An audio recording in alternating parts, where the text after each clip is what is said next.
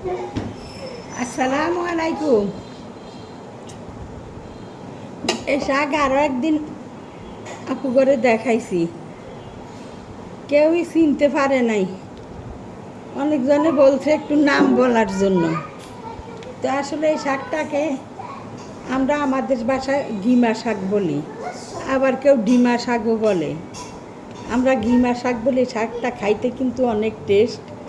এই শাকটা ডিম দিয়েও রান্না করা যায়, আবার মাছ ভাজি করি ওই মাছ দিয়েও রান্না করা যায়। মাছ কাটা ফালাই দিয়ে খুঁটা ঝুরা কইরা দিয়ে ওইটা দিয়েও রান্না করা যায়।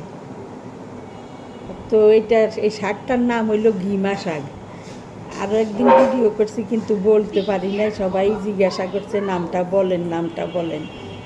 তো নামটা আজকে বললাম। এই শাকটা হইল ঘিমা শাক। তো ওই দিন আমি আমার ছাদ থেকে অল্প কয়টা আনছিলাম, আজকে বাজার থেকে কিনে আনছি, অনেকগুলাই পাইছে বাজারে। তো ওগুলো আজকে আবার পাক করবো নি, আপনাদের সাথে শেয়ার করবো নি। আচ্ছা, তাহলে আমি এখন আবার গুলা কাইটা নেই।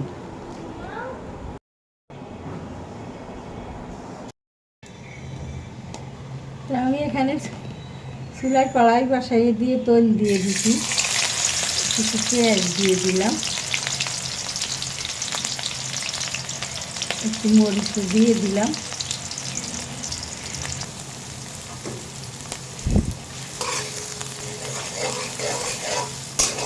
এই জিনিসগুলো একটু নেড়ে চেড়ে নিয়ে একটু লাল হোক। আমার পেঁয়াজগুলো একটু ভাজি ভাজা হয়ে গেছে, লাল লাল হয়ে গেছে। তাইলে আমি এখন সেই ঘিমা শাকগুলা কাইটা রেডি করে রাখছি, দিয়ে দিলাম সবগুলো।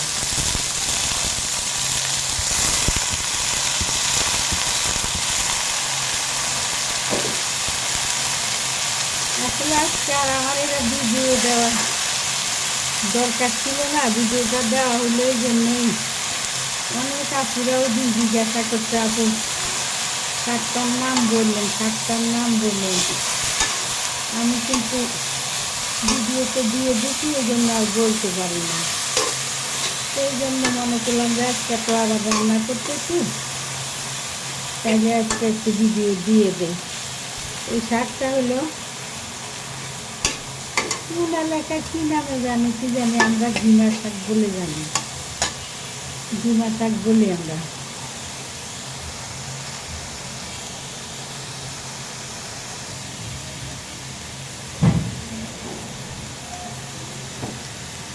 কতগুলো শাক দেখা গেছে, ওখানে একটুখানি হয়ে গেছে। ওখানে লবণও দই নেই, যে দেখি শাকগুলো আগে মজে নেই, তারপরে লবণ দিব। একটুখানি লবণ দিয়ে দিলাম।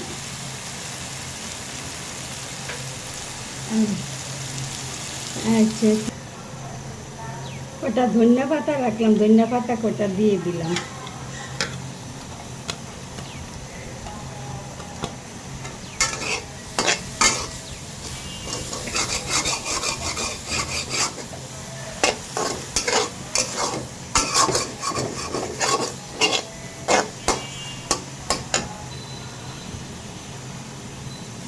আমি দুটা ডিম দিয়ে দিলাম, দিয়ে দিই।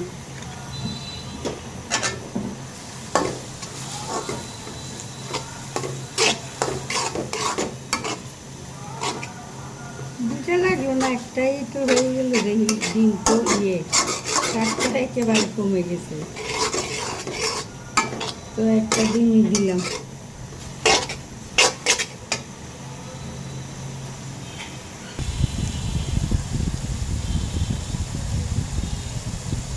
কটা জিরার গুঁড়া দিয়ে দিলাম।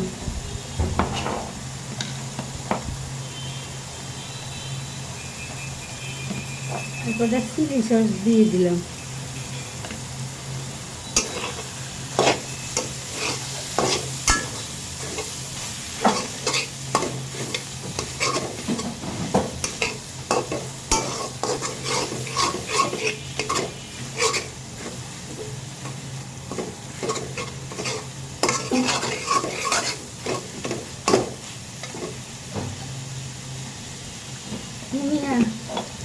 খাইতে কি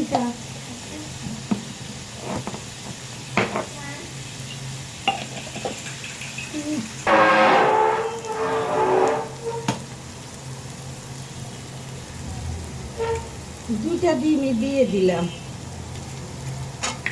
মনে হয় যেন ডিম কম হয়েছে, তাই দুইটাই দিয়ে দিলাম। আবার এই মাছ, যে কোনো মাছই, বড় মাছ, রুই মাছ, মাছ ওই যে খুঁটে সুন্দর করে কাটা বাইস দিয়ে বাজ করা যায়, তাও ভালো লাগে এইভাবে করলেও।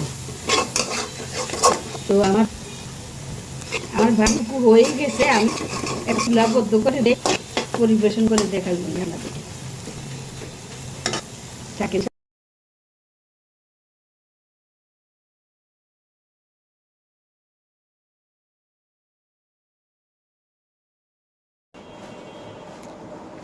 এই যে আমার ভাজিটুকু হয়ে গেছে, এবার খাইতেও অনেক টেস্ট মাশাল্লাহ। আবার এখানে পাকাইছি এই যে ইয়ে দিয়ে, লতি দিয়ে, চাপা শুটকি দিয়ে, রান্না করছি। আবার এইখানে রান্না করছি রুই মাছ দিয়ে, আলু দিয়ে, টমেটো দিয়ে, পটল দিয়ে একটু ঝোল করছি, হালকা একটু ঝোল মাখা মাখা। আজকে এই তিনটাই রান্না হয়েছে, তো ওই দুইটার আর রেসিপি দেই নাই। আমি চুলার কাছে দাঁড়াইতে পারি না, অনেক কষ্ট হয়, তাই দিতে পারি না, অনেক কষ্টে ওইটাই ভিডিও করছি। তো বন্ধুরা, যদি ভালো লাগে আপনাদের কাছে, তাইলে একটু লাইক, শেয়ার, কমেন্টস করবেন। ইউটিউবের বন্ধুরা একটু সাবস্ক্রাইব করে দিবেন।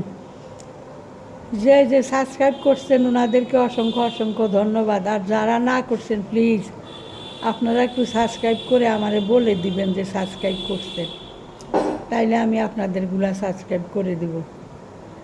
আর ফেসবুকের বন্ধুরা ফলো দিতেছে, আলহামদুলিল্লাহ, এত ভালোবাসা দিতেছে আমাদেরকে ফেসবুকের বন্ধুরা। একদিনে আমার 30, 40, 50টা করে ফলো আসতেছে ইনশাল্লাহ। এইভাবে আমি আগিয়ে যাইতেছি। তা আমার ফেসবুকের বা ইউটিউবের আপুদের কাছে বা দিদিদের কাছে বা ভাইয়াদের কাছে আমার এটা একটা প্রশ্ন থেকে গেল।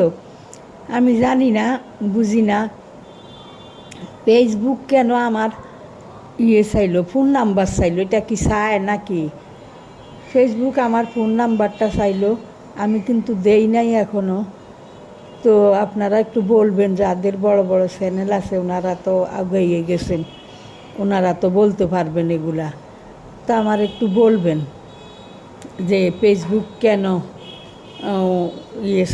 চাইলো, ফোন নাম্বার চাইলো, কি দিব না দিব?